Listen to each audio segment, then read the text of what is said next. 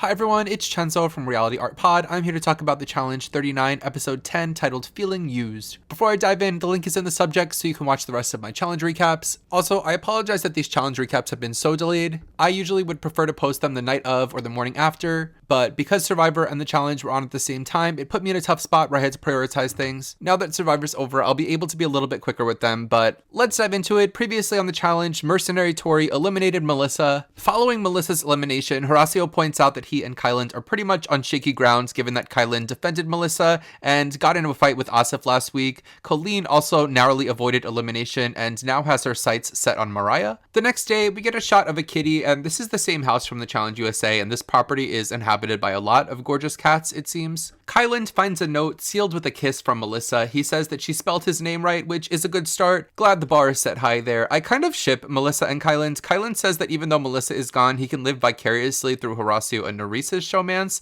I don't think it works that way, Kyland. Mariah reacts to Tori telling her that Bananas is heartbroken back home. Mariah feels hurt that she hurt Johnny. Michelle tells her to get her head in the game. Colleen starts becoming skeptical of Michelle and Jay. She sees herself as a pawn of their alliance. Berna also feels the same way. Berna meets with Michelle asking if they really are allies or if she's being used, so I guess the episode title makes sense. Michelle and Berna have a tense conversation. Michelle is running the game and Berna just wants to feel like her input is being taken into account. We get the rare Ed content. He talks about his martial arts training and trains Zara and Emmanuel. He says he's a bold guy and wants to make more bold moves, but for now he's camouflage. At the daily, TJ tells them they're halfway done with the season and the challenge today will be played in 2 teams. It'll be called Sky Ball. Each team will have 4 players in a spinning sphere with balls, Natalie Negrati's worst nightmare. The rest of them will be solving a puzzle to unlock the doors to the sphere. Then they will throw the balls down and get them into their pyramid. The first team done will be the winners and be safe from elimination. So we get our teams. I'll throw up an image of the teams. We have Orange, who seems pretty stacked, and the blue team, who have some of the weaker challengers. The challenge starts and the spheres are spinning so fast this would not be for me. Michelle is helping Blue do their puzzle from the spinning sphere in the air, and the blue team gets their puzzle done first. They start throwing down their balls and Narice gets hit in the face with one. Orange throws their balls too, and this was really chaos. There were balls bouncing everywhere. I feel like there was a missed opportunity for some balls humor. For Orange, Jay gets on his pyramid first and starts putting in the balls. Asif says Uncle Jay is like an octopus, and what do you know, the Orange team ends up winning the challenge, giving Raven her 4th daily win of the season. TJ reveals that it's a guy's day and Ed, Kyland, James, and Corey will be at risk this week. The winning team want to nominate Kyland, and Horacio doesn't want to do that and feels betrayed that Jay is turning on them. Kyland has a positive attitude when he finds out he's nominated, saying he wants to defend the money, and TJ, who's clearly been agitated that they keep losing the money, loves that attitude. Back at the house, Zara tells Kyland that Horacio was the only person who backed him in the nominations. He feels betrayed by Jay as well. Corey and Jay want to target James, feeling like that will help get Mariah back on their side.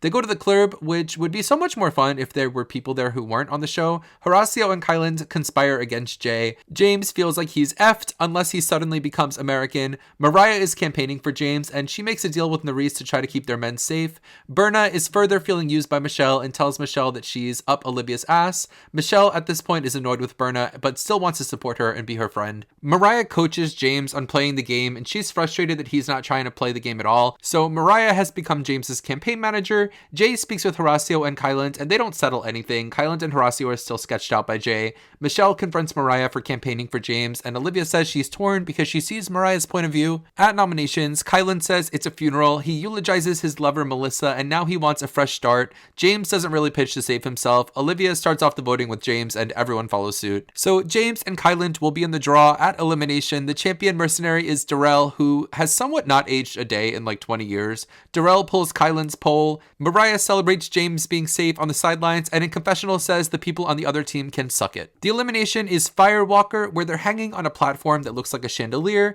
and they have to maneuver their platform to light their flames. I think this is a fair matchup, and anyone could win this. Kyland gets a flame quickly, which is always a great advantage to get a good head start. Darrell catches up, and it's pretty neck and neck throughout. As we know, Dracula Emmanuel wants Kyland out of there and is rooting for Darrell. Kyland ends up keeping Darrell and keeping the $10,000 safe. On his way out, Darrell says, Mariah, don't worry, I won't tell Johnny. And like, why doesn't she just tell Johnny at this point? I mean, he already knows. And TJ tells them to get geared up because they're going right into a challenge at night. So you all know that I hate a non-elimination episode. For that very reason, I don't like the Mercenaries twist. I thought it would be much nicer having these vets come in, but they're playing such a small role. And I guess it would be a good time to just give some mid-season thoughts to wrap up the video. Firstly, there are only 4 mercenaries left: Cara, Maria, Laurel, Brad, and CT. I fully expect all 4 of them to win their eliminations. As far as the gameplay goes, this season has been pretty not interesting. It's been a pretty clear pecking order along the way with Michelle and Jay running the game, but I feel like a lot of people, especially Berna and Colleen, are starting to realize that they're pawns in the game. I feel like all these players who are being pushed on the outs, like Horacio, Colleen, Mariah, James, and Berna, these are really strong competitors who can provide some really strong opposition to Michelle and Jay's shrinking core. It'll also be interesting to see how Nerys and Horacio manage being on separate sides of the house, but I'm excited for this season to get a move on. I feel like it's been kind of dragging, mostly because there usually is only 1 elimination in an episode. There have been 10 episodes and we've only eliminated 8 players. I think that's why the pacing for this has felt very slow, but it could be worse. Remember when they were so into doing to be continueds? If I had to pick a winner right now, I'd probably say Horacio. I think the only person who can eliminate Horacio would be one of the mercenaries, and I don't think he'll be sent in one of the next 2 times. I also think Michelle and Jay are in immediate trouble. I think Michelle is going to go into elimination and get eliminated soon, and they showed CT coming in with a mace, so I guess he's going to get to pick who he can go against, and he would probably pick Jay and I think eliminate Jay. So those are my thoughts. Let me know in the comments, what are your mid-season thoughts? Who are you rooting for? Who do you think will win? If you like the video, subscribe because I'll be back Wednesday night with a challenge video. Until then, have a nice weekend. Happy holidays. Bye.